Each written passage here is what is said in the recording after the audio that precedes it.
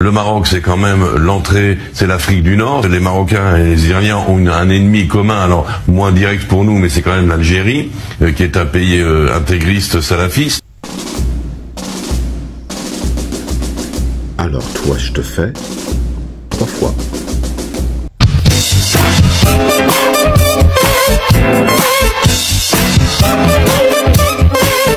Prendre son histoire est un acte de résistance. Ça se passe en ce moment, maintenant, sur un plateau télé français.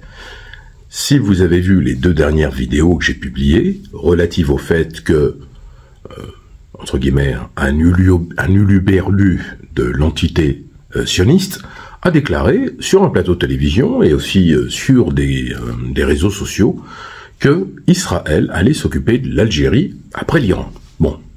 Beaucoup ont réagi, il y a eu d'autres vidéos, etc. D'autres personnes ont fait la même chose que moi. Bon voilà, ça a suscité quelques émois, on va dire. Et là, vous avez ça. Qui est un pays intégriste salafiste. Déjà, on va juste donner le contexte. On est sur un plateau de télévision, sur une chaîne d'information française, donc BFM TV, n'est-ce pas, que je ne regarde jamais, mais j'ai récupéré ça. Le contexte, il est très simple. Cette personne, moi, je sais pas qui c'est. Si vous savez qui c'est, commentaire. Quand il parle d'Israël, il dit « nous ». Bon, c'est son pays, hein. Vous savez, c'est le fameux foyer. J'ai fait une vidéo sur la création de l'État d'Israël, donc vous verrez pourquoi, quand un Israélien parle d'Israël, il dit toujours « nous », notre pays ou « nous », comme si il était, quelque part, l'entité lui-même. Mais bon, passons. Ce qui est totalement choquant, entre guillemets. Il y a 2 choses. La première chose, et là je m'adresse aux Marocains, en leur rappelant une chose, Al-Moukminoun est roi. Ils les comprendront sans aucun doute. Le peuple marocain, historiquement, naturellement, c'est une royauté. Donc voilà, aujourd'hui on a le roi Mohamed VI, Hassan II avant lui, Mohamed V avant, etc. Bon, Moulay Idriss, on va refaire l'histoire. Mais une chose est certaine, ne pas confondre la monarchie marocaine, d'accord, qui est ce qu'elle est, et le peuple marocain. Je suis allé au Maroc plusieurs fois, j'ai des amis marocains, je peux vous certifier une chose, c'est que le patriotisme marocain, il existe, mais le patriotisme marocain, entre guillemets, de fraternité avec le Maghreb, il existe aussi. C'est-à-dire que là, vous avez quelqu'un qui n'est ni marocain, ni quoi que ce soit, et qui vous dit « Le Maroc est prêt à accueillir une base en Israël, et donc ça nous permet d'avoir un point d'entrée en Afrique. » Mais pourquoi faire? Tu te prends pour qui? Et surtout, même s'il est avéré, parce que sincèrement, j'ai pas fait des recherches sur ce sujet, mais je vais m'y atteler dès aujourd'hui, il serait avéré, parce qu'il y a beaucoup de gens qui m'ont mis des commentaires en ce sens, que le Maroc allait accueillir une base israélienne. Voilà, bon, le fait que le Maroc soit un point d'entrée pour les États-Unis, c'est un fait aussi, mais moi je ne veux pas croire une seconde que le peuple marocain acceptera, par exemple, que Israël puisse lancer des attaques contre l'Algérie, à moins de provoquer une guerre entre le Maroc et l'Algérie. Et là, dans ce cas, on va être très lucide, la guerre, elle va pas durer longtemps. Et attention, ce n'est pas, entre guillemets, une attaque contre le peuple marocain. C'est-à-dire que si le Maroc, demain, est tributaire d'une attaque sur le territoire algérien, les Algériens vont attaquer le Maroc, nécessairement. Je rappelle qu'il y a une frontière terrestre, et cette frontière terrestre va faire l'objet d'une invasion terrestre. Mais bon, il faut bien que vous compreniez ceci, les Marocains. Al-Moukminoun est roi, mais pas que. Il faut pas tomber dans le piège de devenir des marionnettes, et il faut montrer un désaccord et une désapprobation massive. Ça, c'est la première chose. La deuxième, vous l'avez entendu, et je le remets. Alors, moins direct pour nous, mais c'est quand même l'Algérie, qui est un pays intégriste salafiste, L'Algérie est un pays intégriste et salafiste. Alors, je rappelle que le pays, l'Algérie, c'est une république souveraine, c'est un pays de droit, c'est un pays souverain, c'est un pays qui a été constitué après une guerre sanglante, avec plus de 5 millions de morts sur 132 ans de colonisation barbare. Donc, je ne crois pas quand on regarde la succession des présidents algériens, quand on regarde la naissance de l'État algérien après 62, je ne vois aucun président salafiste intégriste. Ouari Boumediene, Ahmed Ben Bella, Chadli Ben Jedid, Mohamed Boudiaf, Lamine Zerouel, Aziz Bouteflika, le président Tebboune. Je vois aucun intégriste là-dedans. Ça, c'est la première chose. Ouari Boumediene était le chantre du panafricanisme, d'accord? Un peu comme Gamal Abdel Nasser en Égypte. Donc, je vois vraiment pas où c'est. Si on va parler des années noires en Algérie, dans les années 90, c'est une période douloureuse pour l'ensemble des Algériens. Mais c'est une période trouble, c'est-à-dire que quand on lit des ouvrages, moi j'ai lu plusieurs ouvrages de référence sur ce sujet, on constate qu'il y a beaucoup de zones d'ombre, on constate qu'il y a eu aussi l'intervention de pays occidentaux qui, entre guillemets, ont participé à des exactions en Algérie, ça a été démontré. Maintenant, le fait qu'il a été aussi démontré que des villages étaient attaqués dans les années noires et qu'en fin de compte, c'était des gens treillis qui se déguisaient avec des barbes, etc. Bien entendu, il y a eu le GIA, bien entendu, il y a eu l'assassinat de Lounès Matoub, l'assassinat de Cheb Hassini, etc., d'artistes algériens majeurs, voilà, qui ont payé le prix de ces années noires, le GIA, le FIS, etc. Je rappelle justement, quand on dit l'Algérie sera un pays intégriste et salafiste, quand le FIS, qui est le Front islamique, alors le S, je me rappelle plus, dites-moi ce que ça veut dire, il faut que j'aille relire, mais le FIS gagne les élections de manière entre guillemets démocratique, hein, mais le pouvoir militaire en Algérie, nécessairement, qui est garant justement de la sauvegarde de l'Algérie, bah lui, en fait, il va mettre un veto et ça va provoquer entre guillemets tous les événements des années noires qui a été qualifié de guerre civile.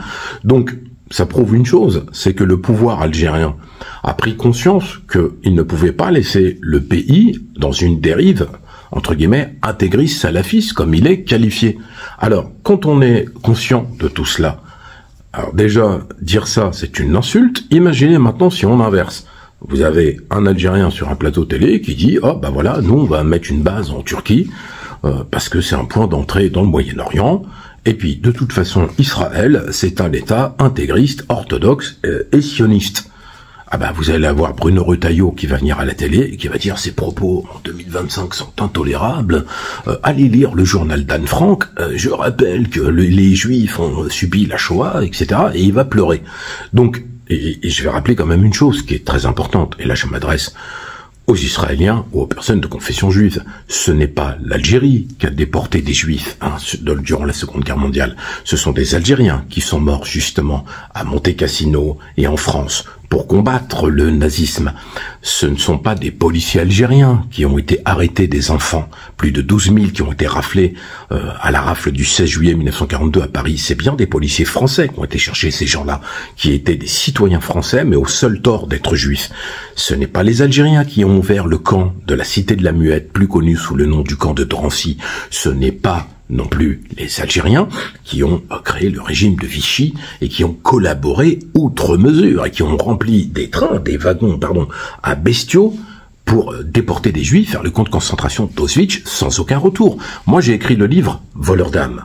Donc, dans ce livre-là, je raconte tout cela, mais je raconte aussi la résistance à Paris d'Algériens qui sont dans la mosquée de Paris et qui vont recueillir des Juifs.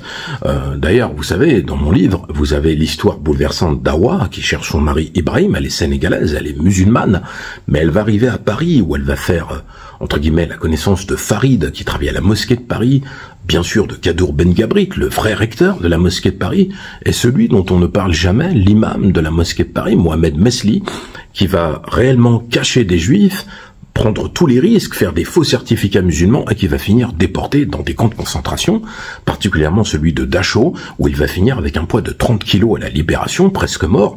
Eh bien, vous savez, Mohamed Mesli, il n'y a pas de rue à son nom à Paris, mais surtout, Israël ne lui a pas reconnu le statut de juste, pas plus qu'à Kadour Ben Gabrit. Si vous me connaissez et que vous suivez mon actualité, j'ai donné une conférence à la mosquée de Paris pour présenter mon livre Voleur d'âme.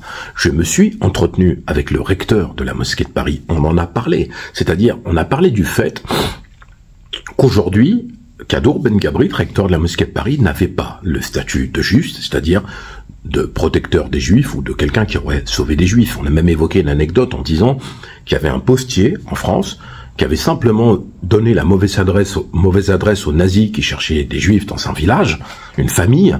Eh bien lui, il a eu le statut de juste. Mohamed Mesli, il a été prouvé avec des documents, etc. Même Mohamed Mesli et Kadour Ben Gabrit ont eu la médaille de la résistance. Et je rappelle que les deux sont algériens d'origine. Eh bien, il y a eu des preuves, etc. Eh bien, ils n'ont pas le statut de juste et il n'y a pas de rue à leur nom, même si le recteur actuel de la mosquée de Paris a essayé d'avoir une rue à Paris en hommage à Mohamed Mesli, il n'a pas réussi. Anne Hidalgo a simplement fait mettre une plaque à la mosquée de Paris. Bref, tout ça pour vous dire, faut être conscient des mots qui sont utilisés. Dire que l'Algérie est un pays intégriste et salafiste, ça fonctionne pas. Si vous savez pas ce que ça veut dire, intégriste, je rappelle qu'intégriste n'est pas un mot musulman. Historiquement, intégriste vient d'integrista, c'est un mot qui vient d'Espagne, et en fait, ce sont d'abord les catholiques, les chrétiens de l'époque, à l'époque de la reine de Castille, qui vont forcer les juifs et les musulmans qui sont en Andalousie à se convertir au christianisme et qui vont tuer les autres. Et résultat, ils vont tous s'enfuir au Maroc pour trouver refuge, mais tout ça pour vous dire qu'intégrista, ça vient pas de l'islam. Ensuite, salafiste, c'est les salafs, c'est-à-dire les compagnons vertueux, c'est-à-dire c'est se comporter comme les compagnons le faisaient il y a 1500 ans. Alors c'est quoi les compagnons? Pour ceux qui connaissent pas, le prophète de l'islam, sallallahu alayhi wa sallam, il était entouré de personnes, c'est pas des apôtres, hein, ne pas confondre, on les appelle les compagnons, ils étaient une centaine, il y en a des majeurs, hein, vous avez aussi les 4 grands califes bien guidés, Abu Bakr Sadiq, Adi Alawan, Omar ibn al-Khattab, Adi Alawan, Uthman ibn Affan, Adi Alawan, et Ali, Adi Alawan, Ali ibn Talib, qui d'ailleurs était le cousin du prophète, alayhi salatu salam. Mais bon, vous avez donc ces compagnons-là, voilà, il y en a qui ont mémorisé le Coran, il y en a qui ont été vertueux, il y en a, voilà, qui ont participé à des batailles, etc. Au Khalid ibn Walid, par exemple, le grand général Saïf Allah de l'islam, Adi Alawana, résultat, ces compagnons-là avaient un comportement, entre guillemets, exemplaire dans l'absolu. D'un point de vue religieux, ce sont des modèles. Donc, le salafisme est un courant qui, en fait, a été développé. Il y a aussi, par exemple, vous savez, le wahhabisme en Arabie Saoudite. Donc, ce sont des courants. Et je rappelle que le prophète de l'islam, et là je m'adresse aux musulmans, le prophète de l'islam, alayhi salatu salam, l'a dit très clairement. Les innovations, ce que l'on appelle les bid'a, les innovations mènent au péché, et le péché mène à l'enfer. C'est-à-dire qu'en fait, chacun fait ce qu'il veut, mais celui qui suit le Coran et la Sunna est dans une rectitude par rapport à l'islam, et après celui qui veut se revendiquer salafiste, s'habiller avec une barbe et des djellabas et se balader dans la rue en Occident. Alors, je rappelle que l'islam, c'est aussi le comportement. On rayonne par son comportement. Et le comportement d'un musulman, c'est de respecter les lieux où il se trouve, les gens qu'il croise, et de pratiquer sa foi de manière paisible, sans, entre guillemets, l'imposer aux autres. Bon, ça, c'est un fait. Mais, voilà, bref, c'était une parenthèse sur le salafisme. Mais, sachez une chose, on ne peut pas dire que l'Algérie, alors j'y arrive pas décidément, j'ai à chaque fois l'Algérie, voilà, on ne peut pas dire que l'Algérie est un pays intégriste et salafiste, c'est une insulte. Donc cet homme insulte l'Algérie. Et en filigrane, je finis là-dessus, en filigrane, il nous annonce qu'Israël veut une base au Maroc, ou est en train d'acquérir une base au Maroc pour pouvoir avoir un point d'entrée en Afrique, particulièrement face à l'ennemi commun, c'est ce qu'il dit, hein, l'Algérie. Alors, je l'ai déjà dit dans 2 vidéos, je ne vais pas recommencer, mais la conclusion, elle est très simple. Venez en Algérie, vous allez être bien reçus, vous allez voir, on va vous offrir du gazouze, et vous allez adorer les paysages, hein, c'est très beau l'Algérie, ils vous feront visiter Tipaza, mais les ruines romaines, moi je suis historien, donc je peux vous dire que Tipaza, c'est magnifique, et après ils vont faire un tour à Sidi Fraj, à Zeralda, et bref, je vais le redire de manière très claire et définitive, et il ne s'agit pas de nationalisme, il ne s'agit pas de propagande, il s'agit de réalité géopolitique. Vous allez en Algérie au sol, au revoir, les choses sont claires. J'ai vu des vidéos passer se moquant de l'armée algérienne en mettant un gars qui est GAY qui danse en disant voilà l'armée de l'Algérie. Non, l'armée algérienne, voilà, ils ont des unités de forces spéciales qui sont pas entraînées par des unités de forces spéciales françaises comme c'est le cas par exemple au Côte d'Ivoire. Ils ont des chars, ils ont une marine qui est supérieure à toute l'Afrique, même à l'Égypte, hein, qui est l'Égypte est l'armée la plus puissante entre guillemets d'Afrique, parce que c'est les plus nombreux et au niveau du matériel, mais allez compter le nombre de chars algériens, le nombre de blindés, etc. Et puis surtout, c'est le peuple algérien. Moi, je l'ai dit et je le redis, si demain, et ça arrive, on va tous aller en Algérie et on va tous se battre. Voilà, comme ça, les choses sont claires. Maintenant, même sans nous, l'armée algérienne est une armée aguerrie, c'est une armée, entre guillemets, qui est prête. Donc, c'est bien, dans un avion, je l'ai déjà dit, hein, un avion, voilà, je vole, je fais des bombardements. Vous savez, l'histoire ne ment pas. Quand ils ont bombardé Hammamchot en Tunisie, dans les années 80, pour essayer de tuer Yasser Arafat, le leader de l'OLP, ils ont tué 70 personnes, les chiffres officiels, etc. Et après, ils ont eu envie d'aller en Algérie, et ils y sont pas allés, les Israéliens, parce que Yasser Arafat s'est réfugié en Algérie. Ils y sont pas allés pour une raison très simple, et je l'ai déjà dit. Ils savaient, ils ont été prévenus, et surtout les Algériens ont prévenu. Vous venez, c'est fini, il n'y aura plus un seul Israélien en sécurité, nulle part. Et ils sont bien conscients de ça. Il y a des limites à pas franchir. L'Algérie, c'est pas la Libye. Quand il y a eu les printemps arabes, ils ont essayé de faire des propositions. L'Algérie, c'est pas la Libye, c'est pas la Syrie, c'est pas l'Irak, c'est pas tout ça. L'Algérie, c'est le pays t'as les hommes. Donc, voilà, on peut pas dire mieux. Alors, je serai toujours à l'affût de ce type de vidéo. N'oubliez pas, Insoumis sort le 5 juillet. Je vais refaire une vidéo, je vais publier des extraits presque chaque jour. C'est le 5 juillet, on va remettre les pendules à l'heure en rappelant l'histoire de la guerre d'Algérie avec le livre Insoumis. En attendant, Tahaya Jazair, abonnez-vous.